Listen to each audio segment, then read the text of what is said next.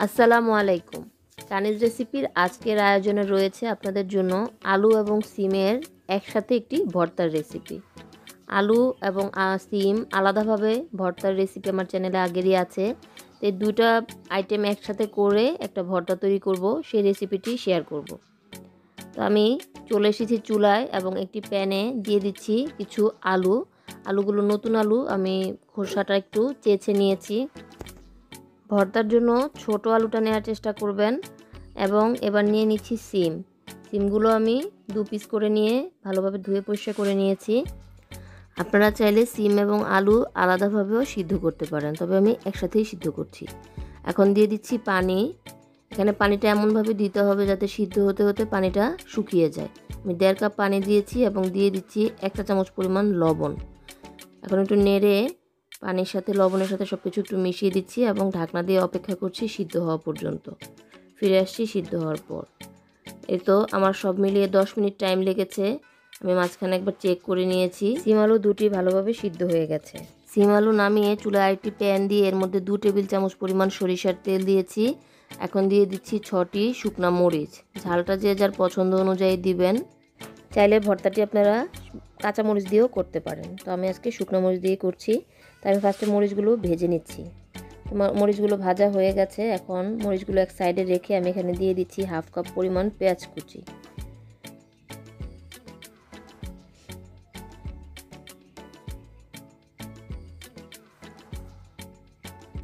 পেঁয়াজ কুচিটা দিয়ে আমি একটু নরম করে পেঁয়াজ কুচিটা ভেজে নিব এবং শুকনো মরিচটা আমি তুলে নিচ্ছি।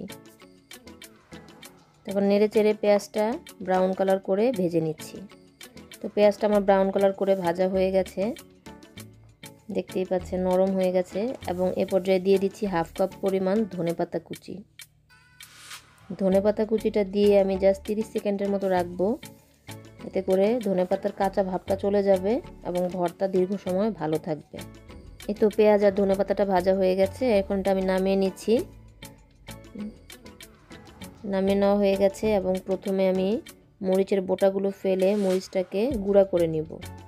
মরিচ বোটা সহকারে ভাজলে দীর্ঘ সময় মরিচ মচমচে থাকে। তাই আমি লবণ সামান্য দিয়ে মরিচটাকে গুঁড়া করে নিচ্ছি।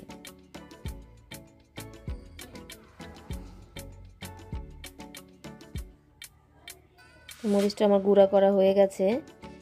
তো এই দুইটাই সাইড করে রেখে এখন আমি আলু নিয়ে আলুগুলোকে ফার্স্টে ম্যাশ করে নিচ্ছি।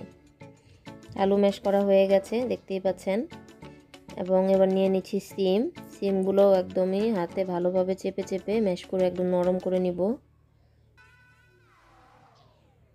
তো হয়ে গেছে, এখন দুটো একসাথে মিক্সড করে নিচ্ছি।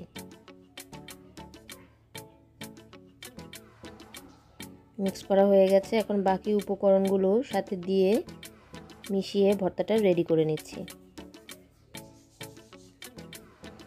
তো মেশানো হয়ে গেছে। এ পর্যায়ে দেখতেই পাচ্ছেন কতটা কালারফুল লাগছে। এবং এ পর্যায়ে একটু লবণ চেক করে দেখবেন যে আর লবণ লাগবে কি না। যেহেতু আমরা সিদ্ধর সময় লবণ দিয়েছিলাম, আমার সামান্য লবণ লাগবে, তো আমি একটু লবণ দিয়ে দিলাম। দিয়ে লবণটা ভালোভাবে আবার মিশিয়ে নিচ্ছি সম্পূর্ণ ভর্তার সাথে। এবং লাস্টে দিয়ে দিচ্ছি 1 টেবিল চামচ পরিমাণ সরিষার তেল। কাঁচা সরিষার তেলটা দিলে ভর্তার টেস্টটা অনেক গুণ বেশি পাওয়া যাবে। তো ভর্তাটা আমার ফাইনালি মেখে রেডি করা হয়ে গেছে। এখন আমি এটা সার্ভ করব। আমি একটি বাটিতে নিয়ে নিয়েছি। এটা সকাল বা দুপুর যে কোনো টাইমেই গরম ভাতের সাথে খুবই মজা লাগবে। আপনারা বাসায় ট্রাই করে দেখবেন, আশা করি আপনাদেরও অনেক ভালো লাগবে। আজ আমি এটি গরম ভাত এবং ডিম ভাজা দিয়ে সার্ভ করছি। এই ছিল আমার আজকের আয়োজন। আশা করি আপনাদের ভালো লেগেছে। ভালো লাগলে চ্যানেলটি সাবস্ক্রাইব করে আমাকে সাপোর্ট করবেন। সবাই সুস্থ থাকবেন, ভালো থাকবেন, নিরাপদে থাকবেন। পরবর্তী ভিডিও দেখার আমন্ত্রণ রইল। সে পর্যন্ত সবাইকে আল্লাহ হাফেজ।